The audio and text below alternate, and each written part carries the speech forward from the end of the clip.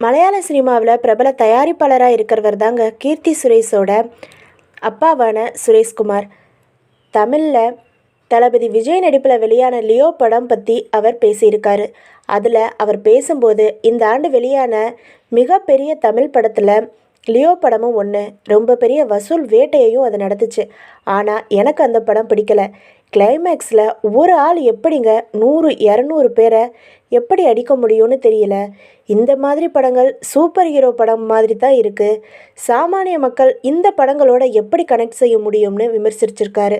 Beast படத்தில் நடித்த sign Tom choco விஜயை சமீபத்தில் விமர்சித்த நிலையில், இப்போது நடிகை கீர்த்தி சுரேஷோட தந்தையும் விஜயோட லியோ படத்தை பற்றி பேசியிருக்கிறது விஜய் ரசிகர்களுக்கு ரொம்ப பெரிய அதிர்ச்சியை கொடுத்துருக்குன்னு தாங்க சொல்லணும்.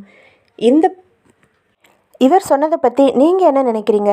லியோ படத்தோட கிளைமேக்ஸ் உங்களுக்கு பிடிக்குமா அப்படிங்கிறத கமெண்ட் பாக்ஸில் கமெண்ட் பண்ணிவிடுங்க.